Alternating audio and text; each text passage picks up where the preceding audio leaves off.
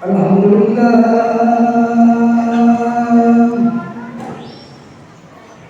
Alhamdulillah,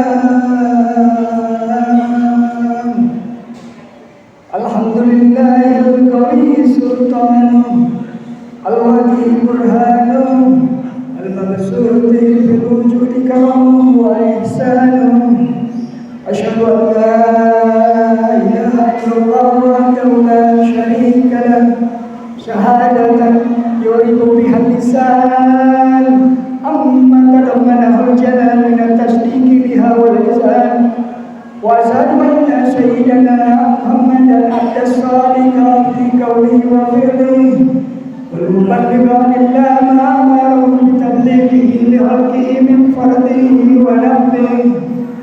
Abdun arsalahu Allah lil alamin basyiran wa nazira, wa ballagha risalah wa adda al-amanah, wa hadallahu bihi min al-ummati basharan katsira. Allahumma salli wa sallim ala sayyidina Muhammadin miftahi babil rahmatillah, adada ma fi ilmillah, salatan wa salaman daimaini bidawamil mulkillah, wa ala alihi wa sahbihi wa man wala. Amma ba'du, fa ya ibadallah,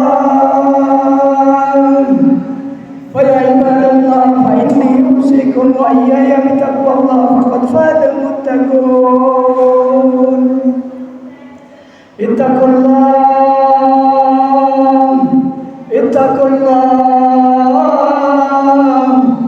Ittaqullah haqqa tuqatih, wa la tamutunna illa wa antum muslimun.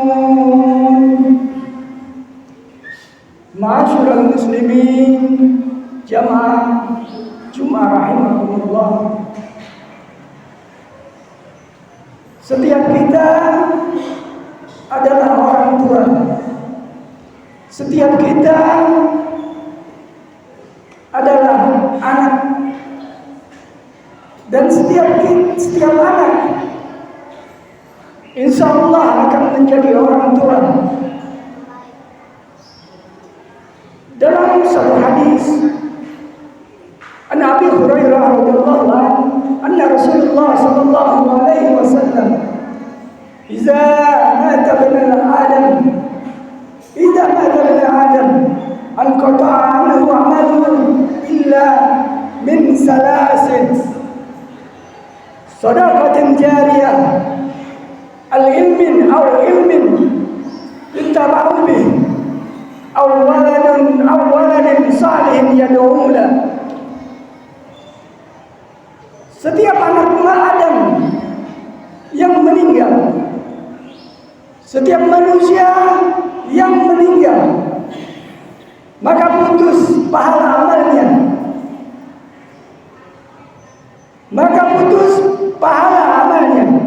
Kecuali 3 hal: sedekah jariyah, ilmu yang manfaat, dan anak-anak saleh yang senantiasa mendoakannya. Imam Nawawi rahimahullah mengutip perkataan daripada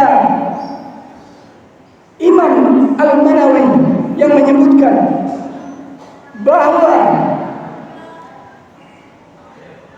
bila anak dididik dengan akhlak yang mulia sehingga ibadahnya menjadi benar, maka ini adalah satu amal jariah buat orang tuanya. Satu sisi, anak dapat menyebabkan kita dimasukkan ke dalam neraka, wa'iyadzubillah. Sebagai kepala keluarga, seorang suami utamanya, ia bertanggung jawab secara moral untuk menjadikan keluarga menjadi satu keluarga yang jauh daripada api neraka, yang jauh dari api neraka. Allah berfirman,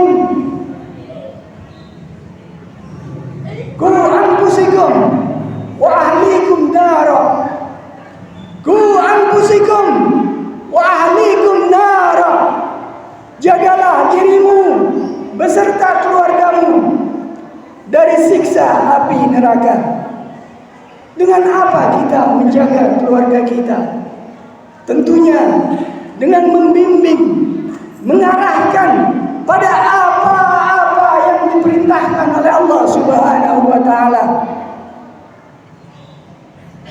Hal ini tidak terlepas dari kita mengajarkan syariat Islam yang kelak insya Allah akan menjadi pedoman bagi hidupnya. Ilmu yang mesti ditanamkan pertama kali buat anak-anak kita, ilmu yang wajib diketahui buat individu setiap umat Islam. Kaitannya dengan pendidikan agama, dengan pendidikan anak. Para ulama menyatakan bahwa kewajiban yang pertama bagi seorang ayah, bagi orang tua adalah menanamkan akidah dan akhlak. Maka langkah pertama yang mesti dilakukan, yang merupakan kewajiban setiap orang tua, adalah mengenalkan kepada Allah sebagai Tuhannya dan mengajarkan tentang nilai-nilai ketuhanan. Ma'asyiral muslimin, jamaah Jumat rahimakumullah. Diterangkan dalam ayat lain dalam Al-Quran, satu kisah seorang tua menjelang ajalnya. Ia begitu gundah dan gelisah, air matanya mengalir, membayangkan hisab yang akan diterimanya kelak. Senantiasa ia bersikir dengan suara bergetar, diliputi rasa takut dan berhadap. Semoga amanah kehidupan yang ia jalankan adalah benar adanya. Kemudian yang menjadi ganjaran buat orang ini dan membuatnya gelisah adalah iman dan tauhid daripada anak-anaknya, bukan yang lain, bukan harta. Inilah lelaki yang setiap harinya berjuang membela kebenaran, melakukan kebenaran, kemudian mengumpulkan anak-anaknya. Maka terjadilah dialog yang Allah abadikan dalam surat Al-Baqarah 133. A'udzubillahi samil alim minas syaitanir rajim. Am kuntum syuhada'a iz hadara Yaqubal maut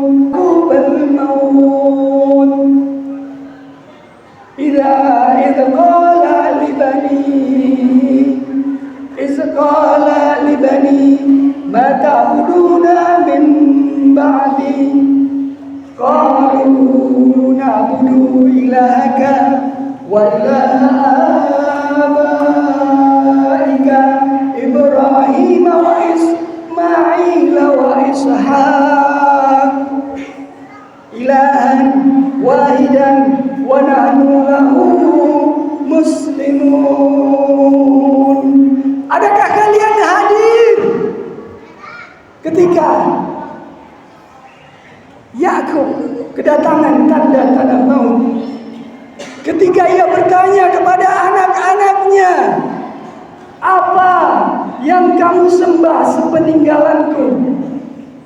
Mereka menjawab, kami akan menyembah Tuhanmu dan Tuhan nenek moyangmu, yaitu Tuhan yang Maha Esa, dan kami hanya tunduk dan patuh kepadanya. Hadirin yang dirahmati Allah Subhanahu wa taala, kegundahan Nabi Yakub adalah kegundahan bukan karena harta, tapi kegundahan Nabi Yakub ini karena iman dan tauhid. Subhanallah, iman dan tauhid. Inilah seorang ayah yang paham betul dengan apa arti sesungguhnya daripada warisan. Bukan warisan harta dan benda, tapi warisan iman dan tauhid yang diperhatikan. Hadirin jamaah Jumat rahimakumullah. Kegundahan Nabi Yakub alaihissalam adalah kegundahan seorang ayah yang hanya bisa dijawab dengan iman dan tauhid anak-anaknya. Kegundahan Nabi Yakub alaihissalam adalah kegundahan seorang ayah yang hanya bisa dijawab oleh perbuatan anak yang saleh, baik di masa hidup daripada orang tua maupun di masa alam kuburnya. Kegundahan Nabi Yakub alaihissalam adalah kegundahan seorang ayah yang membuatnya berdoa siang dan malam, menangis di sepertiga malam karena khawatir dengan iman daripada anak-anaknya. Apakah ia telah benar menjadi seorang ayah yang baik? Apakah ia telah maksimal untuk mendidik anak-anaknya? Hadirin, kegundahan Nabi Yakub alaihissalam adalah kegundahan seorang ayah yang beriman kepada Allah dan hari akhir. Dan bagi seorang ayah yang beriman kepada Allah dan hari akhir, prestasi anaknya belumlah cukup membuatnya tenang jika anaknya jauh dari iman dan tauhid. Seorang ayah yang beriman kepada Allah dan hari akhir, kebaikan serta kecintaan anaknya di masa tuanya belumlah cukup membuatnya tenang jika anak-anaknya jauh daripada iman dan tauhid. Seorang ayah yang beriman kepada Allah dan hari akhir, yang dikhawatirkan bukan harta dan benda, tapi yang dikhawatirkan iman dan tauhid anak-anaknya. Seorang ayah yang beriman kepada Allah dan hari akhir tidak mengharapkan balas jasa harta. Yang ia inginkan hanyalah doa dari anak yang soleh. Doa dari anak yang soleh. Karena ia yakin doa anak yang soleh semasa ketika baru wafat ataupun telah lama wafatnya, doa anak-anak yang soleh dapat mengurangi siksa kuburnya. Ia yakin doa anak-anak yang soleh dapat mengurangi siksa kuburnya. Hadirin jamaah Jumat yang dimuliakan Allah Subhanahu wa taala, perlu diketahui bahwa kebahagiaan terbesar adalah manakala kita sebagai orang tua melihat anak kita bangun di tengah malam melakukan sholat sunnah qiyamul lail dalam sujudnya ia berdoa, Rabbighfirli wa liwalidayya, Rabbighfirli wa liwalidayya warhamhuma kama rabbayani shaghira. Kebahagiaan terbesar buat orang tua adalah manakala kita melihat anak kita bangun di tengah malam, mendirikan sholat sunnah, qiyamul lail, kemudian dia mengangkat tangannya seraya berdoa, Rabbighfirli wa liwalidayya, Rabbighfirli wa liwalidayya warhamhuma kama rabbayani shaghira. Hadirin sekalian yang dirahmati Allah Subhanahu wa taala. Demikianlah yang sedikit ini, semoga manfaat, semoga dapat menanamkan semangat pada diri kita untuk menanamkan iman dan tauhid buat putra putri kita. Jangan pernah lelah, jangan pernah lelah kita mengajarkan iman dan tauhid kepada anak-anak kita. Dan semoga sepeninggalan kita nanti, anak-anak kita tetap menjadi anak yang berpegang teguh pada pendiriannya, yaitu taat kepada Allah dan Rasul-Nya. Dan semoga kita semua yang hadir di sini senantiasa dalam taufik, dalam hidayah, dalam inayah, dalam bimbingan Allah Subhanahu wa taala. A'udzubillahi samil alim minasy syaithanir rajim. Kaifa takfuruna billah wa kuntum amwatan fa ahyaakum summa yumitukum summa yuhyikum summa ilaihi turja'un. Barakallahu li wa lakum fil Qur'anil azim wa nafa'ani wa iyyakum bima fihi minal ayati wa dzikril hakim wa taqabbalallahu minna wa minkum tilawatahu innahu huwas samiul alim. Aqulu qawli hadza fastaghfiruh innahu huwal ghafurur rahim. Allahumma shalli ala sayyidina wa habibina wa syafi'ina wa maulana Muhammad wa ala ali sayyidina Muhammad.